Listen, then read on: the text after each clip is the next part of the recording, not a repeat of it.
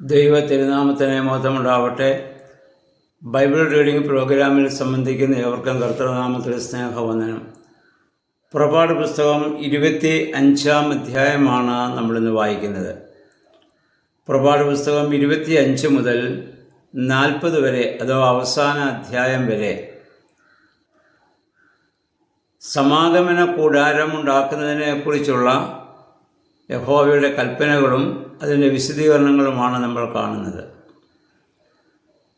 1-ാം അധ്യായം മുതൽ 24-ാം അധ്യായം വരെ മോശയെ ദൈവം വിളിച്ചതും ഇസ്രായേൽ ജനത്തെ അവിടെ നിന്ന് വിടുവിച്ചു കൊണ്ടുവരുന്നതും അവർക്ക് ന്യായപ്രമാണം നൽകുന്നതുമായ സംഭവങ്ങളാണ് നമ്മൾ വായിച്ചു കേട്ടത്. ഇനിയുള്ളത് കൃപാസനവുമായി അല്ലെങ്കിൽ ഈ സമാഗമന കൂടാരവുമായി ബന്ധപ്പെട്ട കാര്യങ്ങളാണ്. ഇതുവരെയുള്ള ആരാധനകളൊക്കെ വ്യക്തിപരമായിരുന്നു, അഥവാ കുടുംബപരമായിരുന്നു. കായേനും ഹാബേലും ഒക്കെ വ്യക്തിപരമായി ദൈവസ്ഥാനത്തിൽ യാഗങ്ങൾ കൊണ്ട് സമർപ്പിക്കുന്ന നമ്മൾ കണ്ടു. അതിനുശേഷം പിന്നെ നോഹ യാഗപീഠം പണിത് യാഗമർപ്പിച്ചു. 12-ാം അധ്യായം മുതൽ ഉൽപ്പത്തി 12 മുതൽ അബ്രാഹാമിനെ വിളിച്ചു. അബ്രഹാം, ഇസ്ഹാക്ക്, യാക്കോബ് പൂർവ്വപിതാക്കന്മാരൊക്കെ വ്യക്തിപരമായി യഹോവയ്ക്ക് യാഗമർപ്പിക്കുന്നതും നന്ദി രേഖപ്പെടുന്നതൊക്കെ നമ്മൾ കണ്ടു. ഇനിയുള്ളത് സമൂഹപരമായ ആരാധനയാണ്. വ്യക്തിപരമായ ആരാധനയിൽ നിന്ന് സമൂഹപരമായ ആരാധനയിലേക്ക് മാറുവാൻ സമാഗമന കൂടാരം വേണം, ദൈവാലയം വേണം. വിശുദ്ധനായ ദൈവത്തിന് അശുദ്ധനായ ഭൂമിയിൽ വസിക്കുക സാധ്യമല്ല.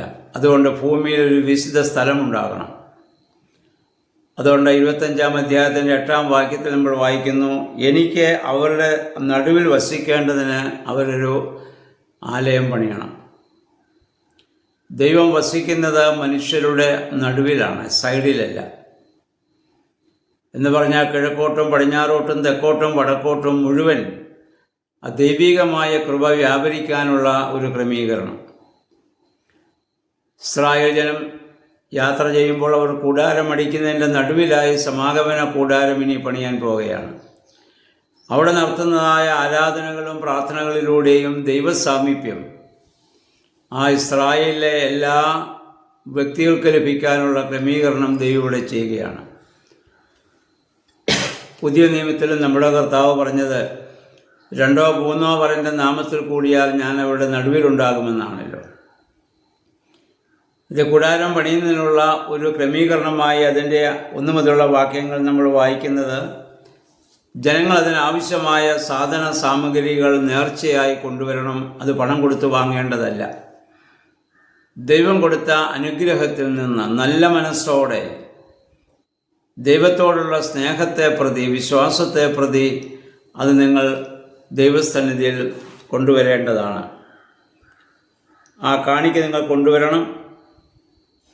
അങ്ങനെ നല്ല മനസ്സോടെ കൊണ്ടുവരിൽ നിന്ന് അത് സ്വീകരിക്കണം. അത് വേണ്ടത് സ്വർണം, വെള്ളി, ഓട്, നീലയും ധൂമ്രവും അരുണവുമായ നൂലുകൾ, നേർത്ത ചണത്തുണി, കോലാട്ടിൻ രോമം, ഊറയ്ക്കിട്ട മുട്ടാടിൻ തോല്, നിലക്കരടി തോല്, കരുവേലത്തടി, വിളക്കുകൾക്കുള്ള എണ്ണ, അഭിഷേക തൈലത്തിലുള്ള സുഗന്ധദ്രവ്യങ്ങൾ, ധൂപത്തിനുള്ള സുഗന്ധവസ്തുക്കൾ, ഏഫോദും പുരസ്ത്രാണവും അലങ്കരിക്കുവാനുള്ള ഗോമേതക, വൈഡൂര്യ രത്നങ്ങൾ എന്നെല്ലാം അവർ കൊണ്ടുപോകണം. ഇതുകൊണ്ടാണ് ഇനി സമാഗമന കൂടാരം പണിയാൻ പോകുന്നത്, ദൈവത്തിൻ്റെ മഹത്വത്തിനനുസരിച്ചുള്ള ആരാധനാലയം. അതുകൊണ്ടാണ് ഇത്രയും വിലപിടിപ്പുള്ള ഏറ്റവും ശ്രേഷ്ഠമായ സാധനങ്ങൾ കൊണ്ടത് പണിയാൻ കാരണം ദൈവത്തിൻ്റെ മഹത്വത്തെ സൂചിപ്പിക്കാൻ വേണ്ടിയാണ്.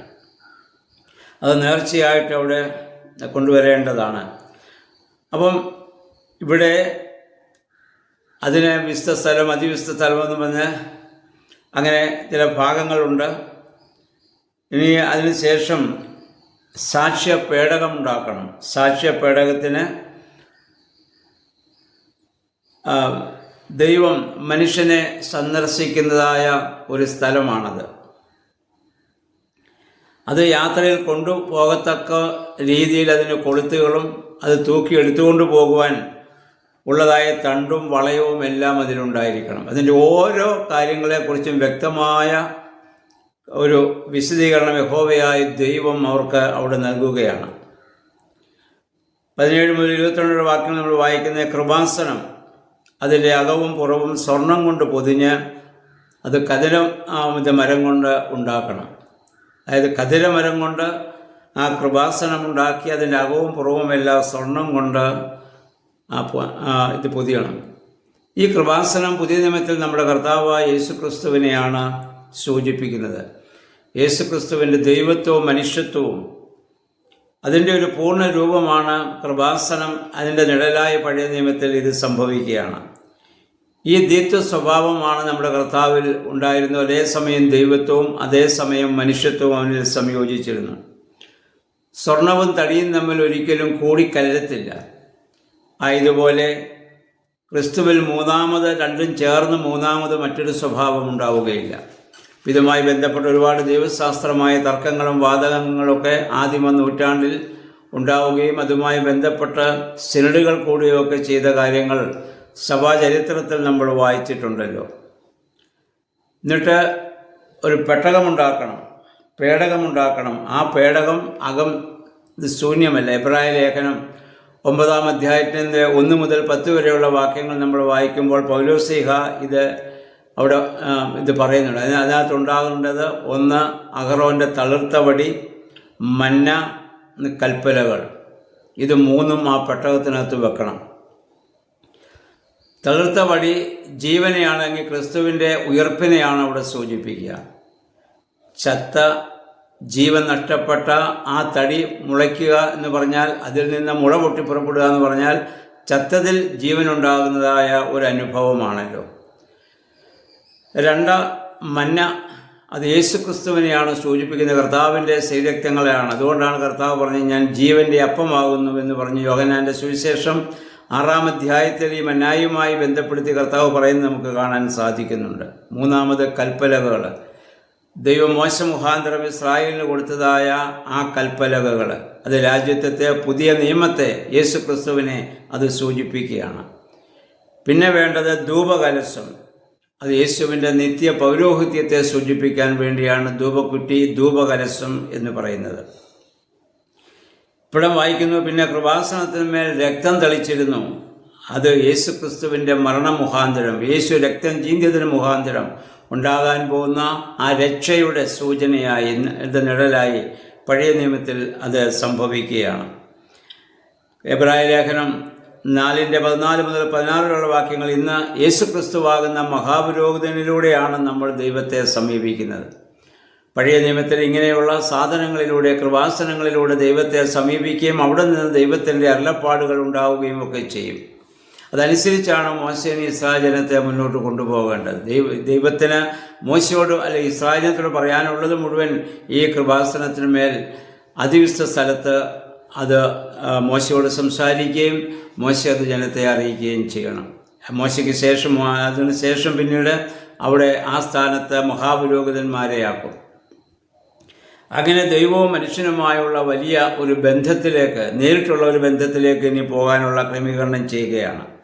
31 മുതൽ 40 വാക്കുകളിൽ നിലവിളിക്കനെ കുറിച്ച് പറയുന്നു. അത് ദൈവത്തിൻ്റെ സാമീപ്യത്തെ വിളിച്ചറിയിക്കുന്നതാണ് പ്രകാശം. പുതിയ നിയമത്തിൽ യേശുവും യോഹന്നാൻ്റെ സുവിശേഷം 9-ാം അധ്യായം 4-ാം വാക്യത്തിൽ പറഞ്ഞു, as long as I am in the world I am the light of the world. ഞാൻ ലോകത്തിലായിരിക്കുമ്പോൾ ലോകത്തിൻ്റെ വെളിച്ചമാണ്.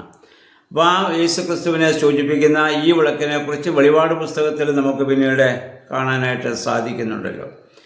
അപ്പം ഇതിനെ